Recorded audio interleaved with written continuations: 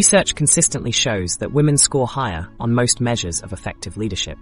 They typically demonstrate greater emotional intelligence, empathy, and collaborative decision-making skills. These aren't just nice qualities. They translate directly into better business outcomes. Teams led by managers with these traits show higher productivity, lower turnover, and greater innovation. The data is clear. These leadership approaches work. So you might expect women to be overrepresented in management positions rather than dramatically underrepresented. Yet despite these advantages, women remain strikingly absent from leadership positions across industries. This creates what researchers call the leadership gender gap, the persistent pattern where women make up roughly half the workforce but hold far fewer leadership positions, with the numbers getting worse at each level of advancement. The statistics tell a troubling story about how organizations select leaders. The explanation lies in how organizations evaluate leadership potential. Studies reveal that traits associated with effective leadership, like empathy, self-awareness, and humility, are often overlooked in favor of confidence, assertiveness, and charisma during promotion decisions. Companies consistently select for the performance of leadership rather than the substance of it. They promote people who look and sound like leaders in brief interactions, rather than those who actually lead effectively over time. This creates a painful irony. The qualities that would make someone a genuinely good leader often make them less likely to be selected for leadership positions. The careful consideration, collaborative approach, and willingness to acknowledge complexity that create effective leadership environments read as hesitation or lack of vision in promotion discussions. Meanwhile, quick, confident decision-making and bold proclamations create the impression of leadership potential regardless of the actual outcomes these approaches produce. The problem starts early in women's careers with what researchers call the broken rung phenomenon. McKinsey's Women in the Workplace report reveals that for every 100 men promoted to first-level manager positions, only 79 women receive the same opportunity. This initial disparity creates a pipeline problem that grows at each subsequent level. With fewer women in the first tier of management, there are naturally fewer candidates for the next level, creating a cascading effect that results in the tiny percentages of women in executive leadership. The same research shows that women are less likely to be promoted into manager roles despite having the same qualifications as their male counterparts. This isn't about preparation or performance. It's about perception and bias in how leadership potential is evaluated. The first critical step in advancement is precisely where the system begins filtering out qualified women, creating ripple effects throughout organizational hierarchies. Even more troubling is how women face a double bind when they display the very traits that help men advance. Research shows that women exhibiting the same assertive behaviors as men are often penalized for being aggressive or difficult. When men interrupt in meetings, they're seen as engaged and passionate.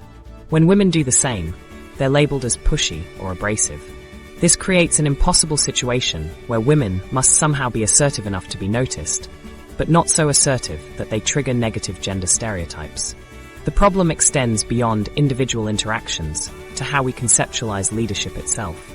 Many organizations define leadership in inherently masculine terms, emphasizing traits historically associated with men while undervaluing approaches more common among women.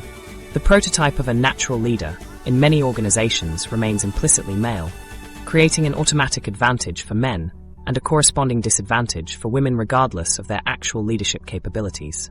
What makes this particularly frustrating is that the evidence clearly shows diverse leadership produces better results. McKinsey's 2024 Women in the Workplace report found that companies with gender-diverse leadership outperform their competitors by 25% on average. Organizations with more women in leadership positions demonstrate higher innovation, better risk management, and stronger financial performance. The very qualities that make women effective leaders, which often prevent them from being promoted, actually create measurable business advantages when organizations do promote women. Some companies have recognized this disconnect and implemented changes to address it. When one tech firm replaced subjective leadership assessments with structured evaluations of demonstrated skills, women's promotion rates increased by 30% with no decrease in performance quality. Another organization required that every promotion slate include at least 2 women candidates, resulting in a 40% increase in women advancing to management without any compromise in qualification standards. These examples show that the gender leadership gap isn't inevitable. It's the product of specific practices and biases that organizations can change when motivated to do so. The problem isn't a lack of qualified women, but rather systems that consistently overlook women's leadership capabilities while rewarding traits that create the appearance rather than the reality of effective leadership. Women with leadership skills are often overlooked because we select leaders based on confidence rather than competence, and penalize women for displaying the same traits we reward in men. This creates a lose-lose situation where organizations miss out on effective leaders, while capable women see their careers stall despite their contributions and capabilities. Perhaps most concerning of all is how those who do reach leadership positions often lack awareness of their own limitations. The very confidence that helps people get promoted frequently blinds them to areas where they need improvement. This creates a dangerous situation where those with the most power to affect others may have the least insight into their own performance. The self-awareness gap, blind to their own incompetence. This power imbalance creates a particularly troubling dynamic in the workplace. When leaders lack accurate self-perception, everyone suffers while the person causing the problems remains oblivious to their role in creating workplace dysfunction. Research shows most people overestimate their self-awareness, while truly self-aware leaders remain rare. This massive self-awareness gap creates everyday frustrations that affect millions of workers. The problem becomes particularly destructive when this lack of self-awareness affects people in leadership positions. Leaders without self-awareness remain completely blind to their negative impact on teams and organizations. They can't see the damage they're causing because they lack the fundamental ability to accurately evaluate their own behavior and its effects on others. This creates environments where problems can't be solved because the person with the power to fix them doesn't believe they exist. I experienced this with a marketing director who consistently changed project requirements days before deadlines, creating chaos for the entire team. When employees tried explaining how these last-minute changes affected timelines and quality, he responded with genuine confusion. "I'm just being thorough. A good leader pays attention to details." His self-perception as a detail-oriented perfectionist completely contradicted the reality of his disorganized, impulsive management style. The disconnect was both obvious to everyone else and completely invisible to him. Studies reveal that leaders consistently overestimate their effectiveness, with 77% of employees reporting their boss thinks they're doing a better job than they actually are. This creates the familiar scenario where everyone in the organization knows the boss is the problem except the boss themselves. Imagine working in an environment where the primary source of workplace dysfunction is the only person with the authority to fix it, yet they're completely unable to see their role in creating the problem. This explains why so many workplace issues persist despite seeming obvious to everyone involved. This happens in part because of how feedback flows in organizations. Information typically moves upward in filtered, softened forms. Few employees risk their careers by giving completely honest feedback to their boss about problematic behaviors. So leaders operate with fundamentally flawed information about their performance and impact. They receive constant positive reinforcement through subtle and not so subtle forms of deference, creating a distorted reality where they appear much more effective than they actually are. I spoke with Jamie, who works in finance, about her experience with a self-unaware boss. Our department head consistently takes credit for team accomplishments while blaming others for any failures. What's most frustrating is that he genuinely seems to believe his own narrative. When performance issues come up, he talks about how the team needs to step up without ever considering his role in creating the problems. Everyone sees it except him. The self-awareness gap explains why feedback rarely improves bad bosses. They literally cannot see the problems others observe clearly in their behavior.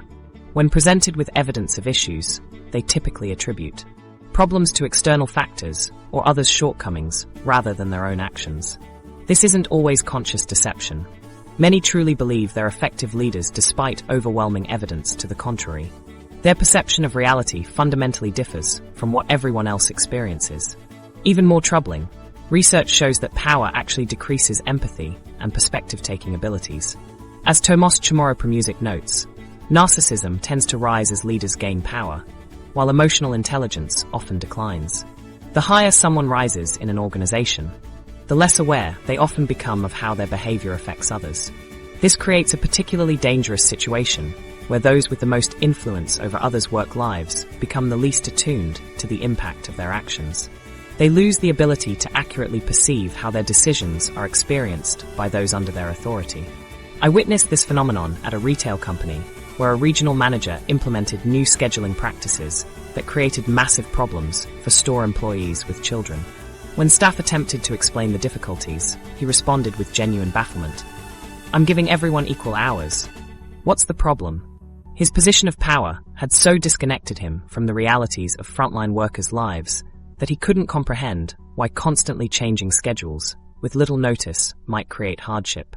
This creates a vicious cycle where incompetent leaders remain convinced of their excellence while continuing to damage the organization and demoralize employees. Without accurate self-perception, they can't identify what needs changing in their approach. Instead, they double down on ineffective behaviors while blaming external circumstances or team members for the resulting problems. The organization suffers, employees disengage, and the leader remains the last to recognize their central role in these issues. The situation becomes nearly impossible to resolve through normal channels because the traditional solution, feedback and self-correction, doesn't work with self-unaware leaders. They reject, reinterpret, or simply cannot process information that contradicts their positive self-image. This is why many bad bosses remain in positions for years despite obvious problems visible to everyone else in the organization. Without the capacity for accurate self-reflection, they cannot begin the process of improvement. This pattern explains why some workplaces feel trapped in cycles of dysfunction that never improve despite seeming obviously fixable. When leadership lacks self-awareness, the organization loses its ability to self-correct.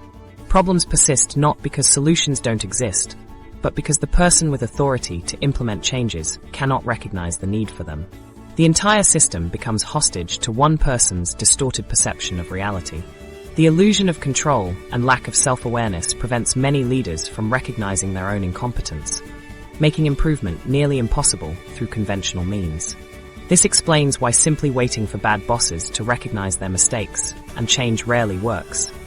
They fundamentally cannot see what needs changing. Their position provides constant reinforcement of their effectiveness regardless of actual results, creating environments where poor leadership becomes entrenched despite its obvious negative impacts.